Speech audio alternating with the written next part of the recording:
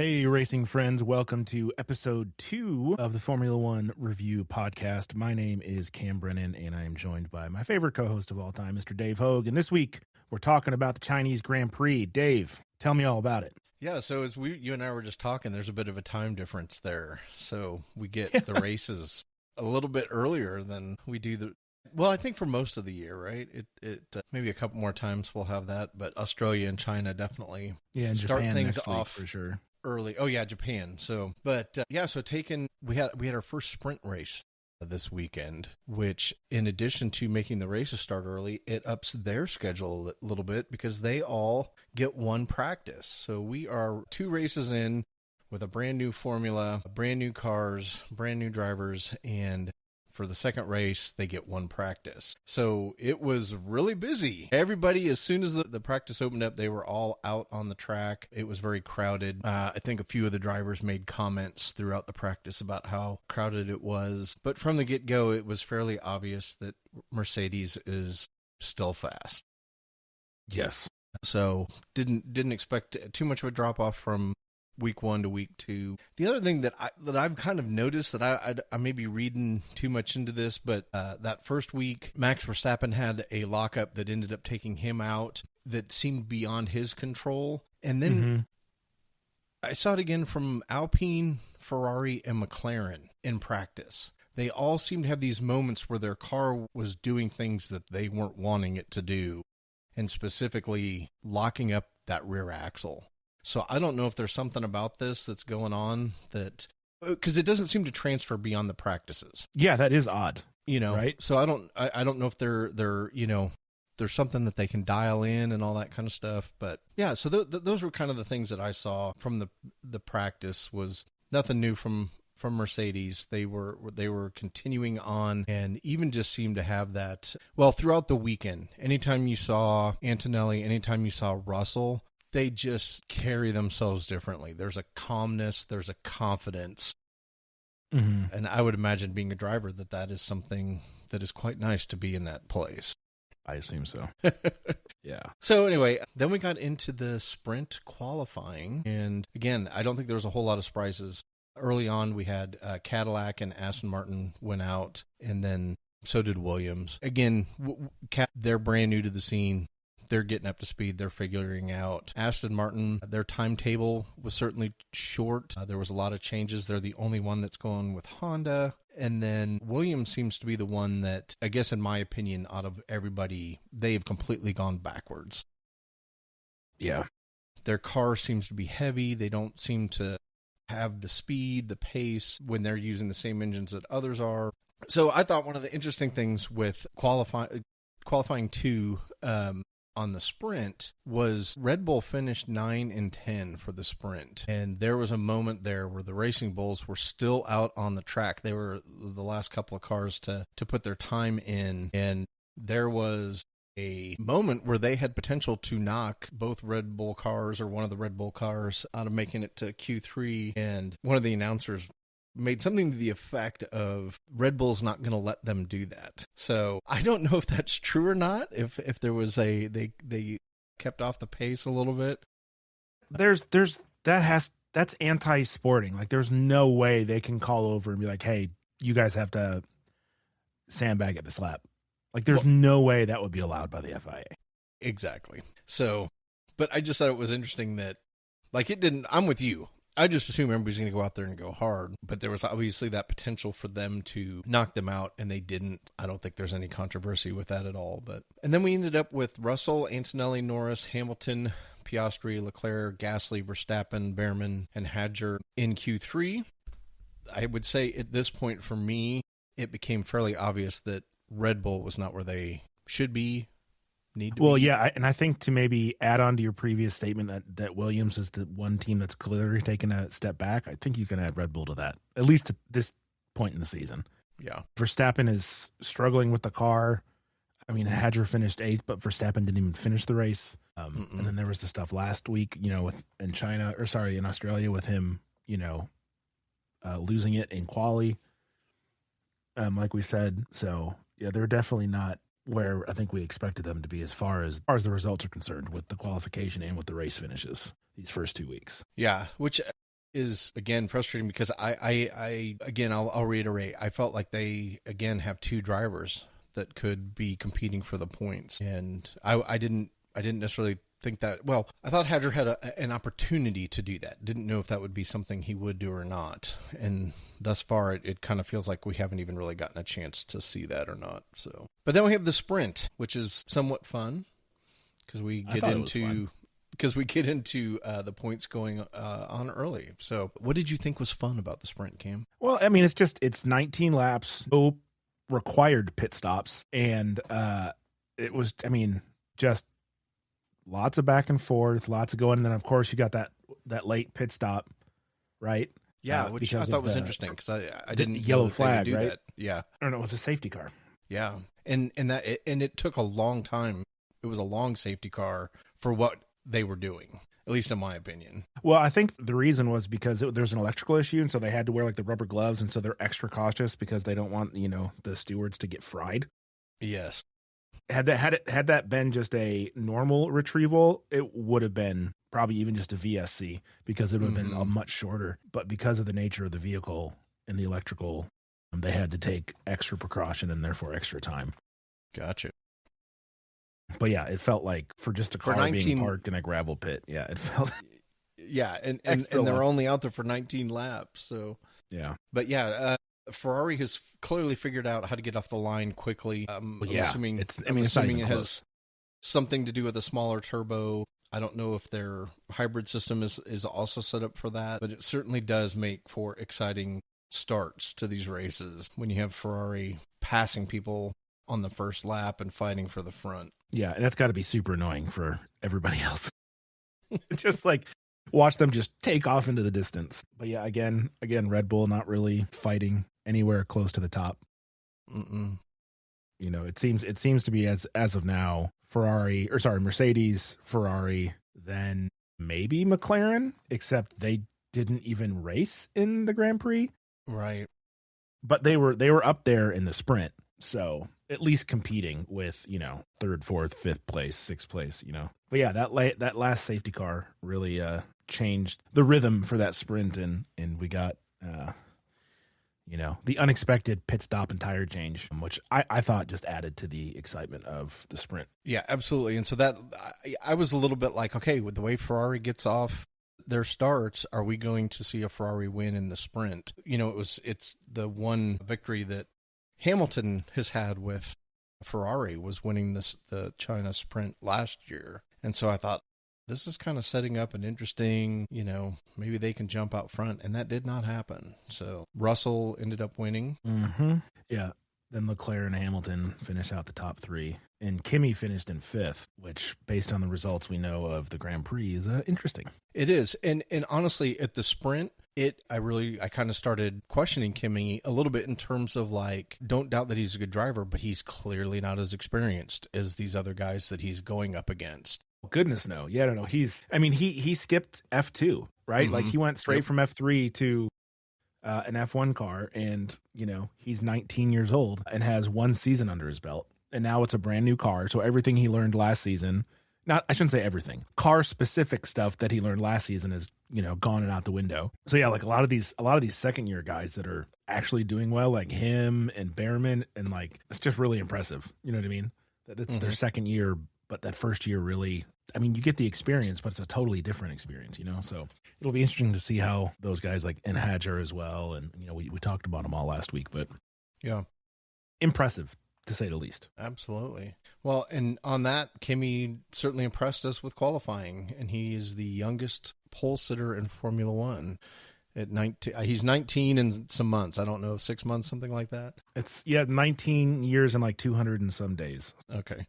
Yeah, so youngest qualifier, and certainly showed us. So again, I'm even curious in that before the race starts. Qualifies well, clearly is making the transition to the vehicle, but does that transfer to a race for him is what I was wondering at that point. Mm-hmm. So you have that Bortoleto caused an awfully timed yellow in Q2.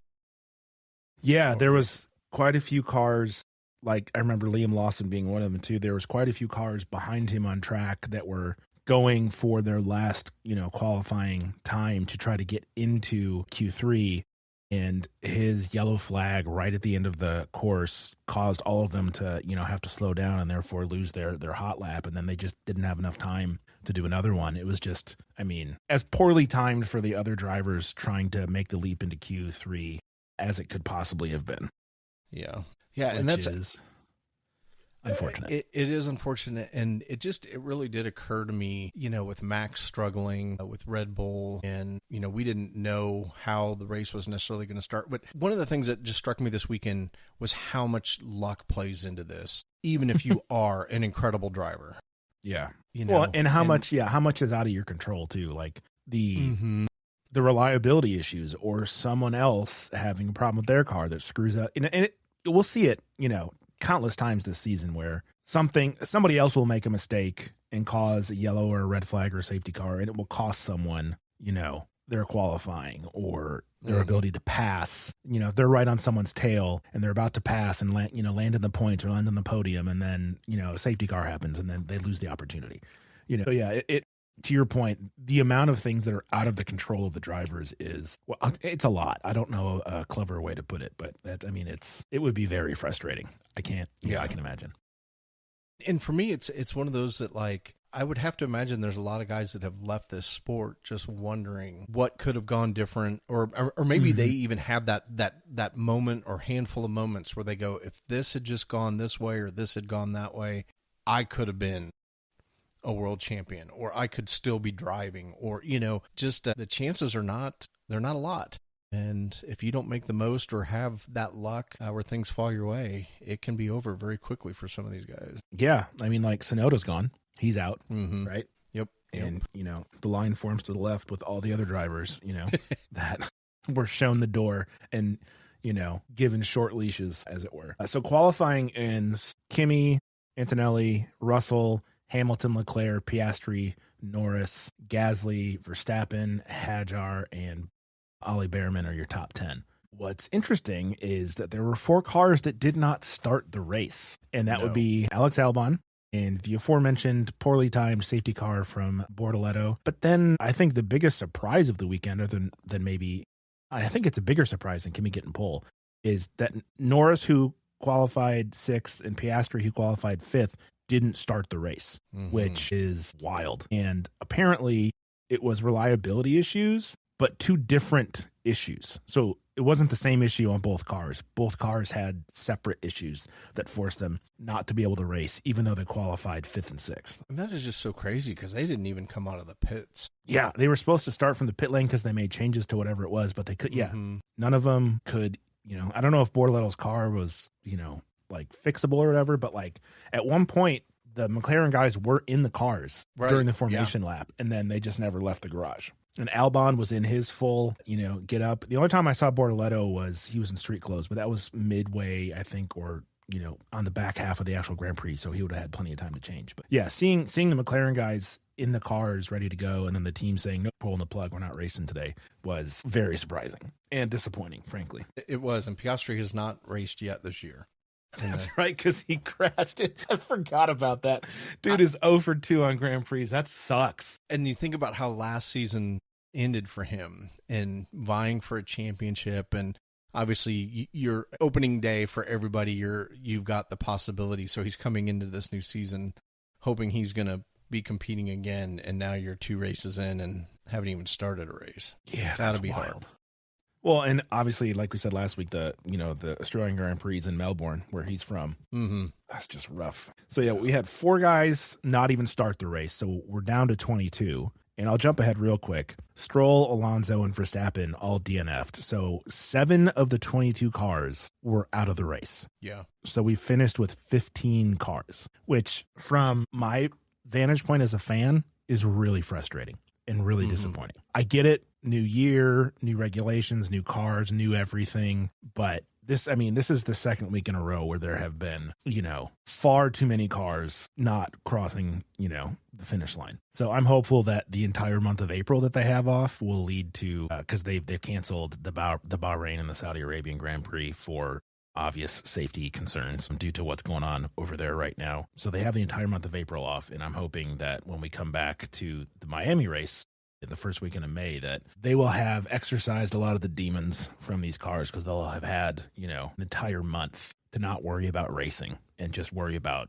fixing, the various reliability concerns that they have. So that's my hope, that we see a Grand Prix in Miami where no one DNFs due to reliability issues. You can't ever prevent crashes or like if someone doesn't DNF because they get crashed into, like, okay, I can handle that. That's, part of it. But cars that just can't finish a race because they break of their own, accord is very frustrating to watch. Yeah, it seems like everybody, maybe outside of Mercedes, has something that they need to get figured out. Before too long. So, which, as we've said before, it's a long season and they do make a lot of changes. So Miami will probably be that time where we see that first maybe jump from some of these teams. So on this race, Mercedes and Ferrari out front early, and it was a lot of fun. Ferrari has definitely made it interesting. They're racing each other. Mm-hmm. And racing each other hard. Yes. And, I don't know if it's just, I find it interesting that those two are not getting the discussion that Piastri and Lando Norris got last year. And, is Hamilton considered number one for Ferrari? Do they have a number one? They're on the Formula One website, the team page for Ferrari says Leclerc is listed first and Lewis, but it doesn't say number one or number two. It just says Ferrari, Charles Leclerc, Lewis Hamilton. So it's not alphabetical unless it's by first name. Sure. But yeah, they seem to be doing a lot of what McLaren was doing, and they're not getting the scrutiny. And what do you mean by that? The same thing that McLaren was doing. So McLaren was allowing their racers to drive hard against each other last year. Correct. And there was this, Zach would never commit to Zach Brown would never commit to this is our lead driver, our top driver, and basically was like, as long as they race clean, we're going to let them go at it. And it felt like to me, and again, we're early in the season, but there was a lot of just like McLaren is going to end up tanking their season because of that kind of, you've got to have a number one driver. You can't just let two guys go at it. And it just raised that thought in my head of, well, Ferrari does it, but you got Leclerc and Hamilton versus two younger drivers. Anyway, it doesn't seem to be quite the controversy that it was for McLaren. And maybe it's not, and that's just my perception of it. Well, let's see that conversation, how that conversation develops throughout the season, right? Yeah. It's still early. August, If we're 2/3 the way through the season and Ferrari's fighting for a constructors championship, then you might hear the pundits start to, well, maybe they, you ought to make you can't score points if you crash each other out, like, all that stuff. But now that you've brought that up, yeah, that's something I'm going to be paying attention to as the season progresses is, because the commentators today were loving it. Yeah. Oh, yeah, yeah. When Hamilton and Leclerc were just back and forth, which maybe you want to talk about that now? Sure. Because I thought it was super fun to watch them race really hard, but really clean. No one took any cheap shots, or did anything questionable. But there was a couple times it was just like, and they were like, it looked like Leclerc was just going to absolutely rear end Hamilton, but, credit to him for not, and being able to get that car to stop without locking his tires up, especially in the dirty air. It's just like, it was just really fun. I think it was more fun when Russell was with them and they were doing all that 3-person stuff and back and forth. And then obviously Russell eventually gets through, but then, yeah, they were going at it. And at one point, once it was pretty settled that Lewis was in third and Leclerc was in fourth, they showed us they let us hear the team radio with Leclerc. Goes, man, that was a really fun battle. And I was like, wow, what a cool thing for them to let us hear. It's just like him being like, yeah, that was a lot of fun, even though he's the one that lost out on it. Makes me like him even more, And so that's what, like I'm kind of watching this, and one, I think that battle was a significant factor in Kimi Antonelli being able to pull away and ultimately win this race, because we probably would have seen Russell on his tail and maybe the two of them having a battle for first place, but that didn't happen, so we didn't get it. And I'm just like, I put myself in the position of Russell between these two guys, watching them go at it. And, was he just like waiting for them to take each other out? Was he just thinking, because he knows he's faster, but he did seem to kind of drop back a little bit. And, they answered this, both Leclerc and Hamilton answered this question, because I'm like, is this fun or is it frustrating for them? Because there does seem a bit of it being artificial. You know, it's clearly the hybrid system that is causing that to happen versus, you know, aerodynamics or the power of your vehicle or driving. And so both of them, Leclerc during the race and Hamilton after the race, both use that very phrase. It was fun. They enjoyed it. So that answered the question for me. But it was sort of the first time that I had that sense of like, is this racing? Is it we lost what we had with the, you know, the V10 Formula cars that it was just all motor that was putting these cars around the track. If it is an issue, I fully expect that Formula One will address it. They're going to hear it from the drivers. If the drivers don't like it, it's not going to last. But it is, at least from my perspective, it is certainly fun to watch. A lot more fun than the last few years, where there wasn't a whole lot of movement throughout the field. Well, and I think too, we talked about it last week with the Australian Grand Prix, there not being many hard braking zones, and it's, you know, pedal to the metal for a lot of the lap. China's very, very different. There are numerous hard braking zones and really tight corners. And I love that opening corkscrew turn with the opposite where they're dropping in it. Like, that's, I think, one of the most iconic sections of track in the whole year, because you got that really wide but like downhill into the super tight left like opposite corkscrew. That's a really fun one. There's the hairpin at 14. The hairpin that almost everybody at some point locked up on. Yeah. And so I think we got a lot more, especially like we're talking about the Ferraris and then Russell with them, but also throughout the rest of the pack, there was tons of passing and back and forth. And in those hard braking zones where you can recoup your energy. And then like, I think 4 or 5 active aero sections on this track. So you got tons of overtakes on the straights, tons of overtakes in the corners. So I think overall it was this sort of track, I think was a really good spotlight for the new stuff and how it can really liven up a race throughout the drivers, whether they're, fighting for a podium or fighting for points or, even fighting for 15th place or whatever. It was just a lively race the entire time. Unlike last week where the first half was a ton of fun. And then once it was kind of set, it was like, all right, well, we're just going to cruise home, I guess. Yep. So we did have some contact made throughout the race. Berman and Hadger made contact, which I thought early on I was frustrated because here we have 2 young drivers that we're not going to get, they're going to end up taking each other out, and they ended up finishing 5th and 8th, which that's pretty interesting to me that you can have a contact like that and still end up in the points. But it helps when 7 other cars don't finish. Exactly, and 2 of them being the McLarens. Yeah, barely finished 5th. Wow, good for him. Yeah, I know. Haas has made quite some improvements. But lots of movement throughout the field. There was go ahead. Sorry, go ahead. Lindblad spun again this weekend. So he was one of the ones that I think I picked up on my fantasy, and I was like, man, I hope I didn't jinx the poor guy. But he was another one that I just was like, I think he's going to continue to improve as he figures out his car and racing at this level. Yeah, I mean, he's 18. Like, he's younger than Kimi. Yep. So still impressive, even with a couple of spins, and he was not one of the 7 that didn't finish. So there you go. Yep. But then Ocon and Colapinto had contact after Colapinto came out of the pits. You want to speak on that? So I don't like the way Ocon races. I obviously don't know the man. I'm not commenting on him as a person or his character or whatever, but like, he just often seems to make really overly aggressive and potentially dangerous moves on people throughout his career. And so Colapinto's coming out of the pits, Ocon's coming down the straight, they're going into that that first turn section, and Behrman's coming left to right to hit the apex of that first corner, and Ocon just shoves it in there. What was just like, what are you thinking? I mean, it's one of those where it's just like, there's no space at all. Did he assume that Behrman was going to go wide and give him space, even though he was not even alongside, he was behind? So Behrman had no reason to give him space, based on the racing rules. And he just tried to shove a car in a 2-foot hole. Like, it's not going to work. So as it happened, I was like, oh, what an idiot. Luckily, Colapinto was like, it didn't end his race. It didn't end Ocon's race. But then later on, they show, team radio, and Ocon says, yeah, that was my fault. Like, he totally owned it.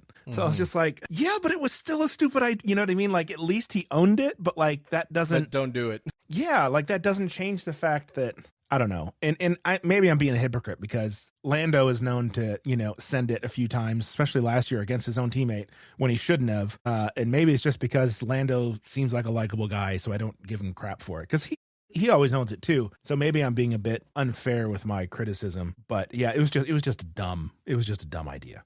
And he did wind up getting a 10-second time penalty for it, which was the appropriate, penalty. Yes. Strategy didn't seem to have as much influence on this race. I don't know if you would agree with that or not, that it was truly we saw the drivers out there driving, and as much as Ferrari has the ability to get those early good starts and make it interesting as the race goes on, the faster car is getting to the front and winning the race. Yeah. I think they were held on. Ferrari was way more involved later in this race than they were last week. Mm-hmm. As far as, being competitive, and, they really made Russell work for second place for a lot longer than I think any of us thought. To your point earlier, if Russell had been able to get through faster, would he have been able to catch up to Kimi and, make a show of it for first? Really took him quite a number of laps to get past both Ferraris, and then quite a number of laps to actually pull away from them. Mm-hmm.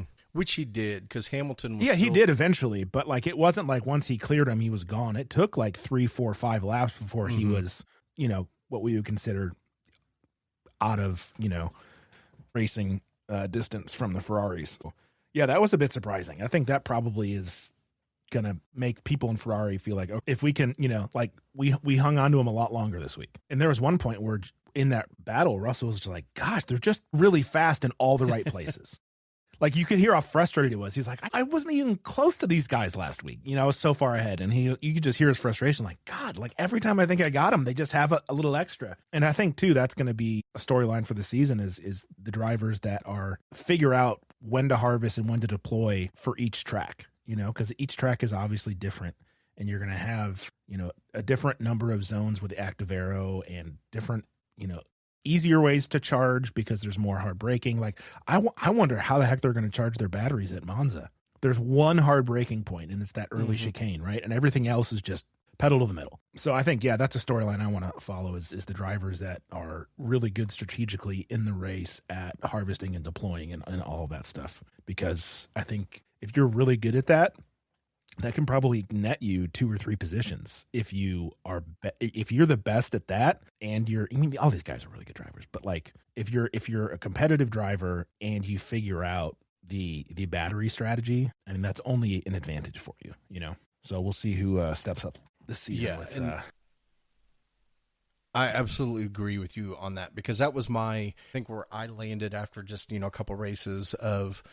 I use the word, it was artificial, and ultimately I think as the season goes on, it's a different kind of racing. And like you said, these guys are good drivers. They are the best in the world. And even with the hybrid system and the hard braking to harvest that energy, it's going to be those guys that figure that out, that figure out the best way to drive the tool that they've been given.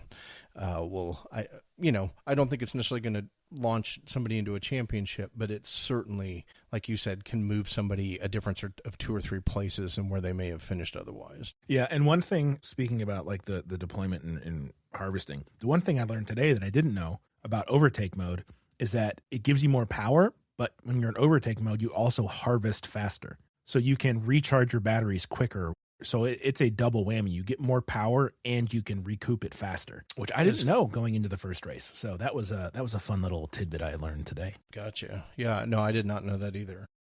Yeah, so you're getting the benefit on both sides of the coin. Okay. Faster recharge and more power to deploy. So no wonder it's such a powerful mode when you have it. You're just better in overtake mode. Well, like Leclerc said, it's like the mushroom in Mario Kart. Such a good quote. So, all right. Well, Kimi Antonelli does it. He wins. Yep. We've been talking about Mercedes the whole way. Kimi first, Russell second, and then Hamilton and Leclerc with the Ferraris. He's the second youngest to win. Yep, after Verstappen, who's the youngest. Max. And I thought this was interesting that he's the first Italian in 20 years. That's crazy to me. That is crazy. So the UK has dominated for a while, Hamilton and the others, but Hamilton Sorry, go ahead. Well, Hamilton did get his first Ferrari podium. Yes. So. Yeah, I think of the 22 drivers, I think 6 of them are British this year. Yeah. Which is, I mean, Albon races under the Thai flag, but he's born and raised in England. Mm-hmm. And then you've got, going through the list, Hamilton, Lindblad, Norris, Russell, Ollie Behrman. Yeah, that's 6 of the 22 are from England, which is, a significant chunk, almost a third. So yeah, we're 2 races in, and so far I've enjoyed it. Yeah, it's been good fun. Obviously next week we're in Japan at Suzuka, which is just a super fun course. So I'm looking forward to that. Oh, sorry, not next week, next race. It's in 2 weeks. 2 weeks, yeah. We get a week off, then we get the Japanese Grand Prix, and then, as mentioned earlier, we're off the entire month of April because the Bahrain and Saudi Arabia Grand Prix have been canceled. So we get 3 races and then a month off.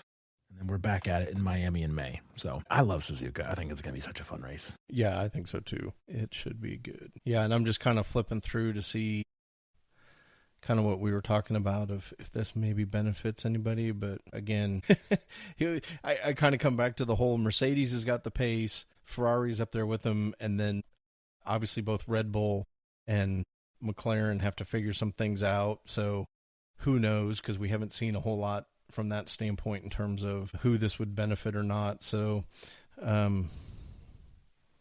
yeah, Alpine, Haas, Racing Bulls, it's fun to see them up there as well. I'd love it if Cadillac would come along. Oh, and then I always kind of, excuse me, I always skip over Audi. Again, I think they've kind of put a solid package together too. So it wouldn't surprise me if we didn't see them in the points next week. Well, Hulkenberg scored points this week, didn't he? No, he finished 11th.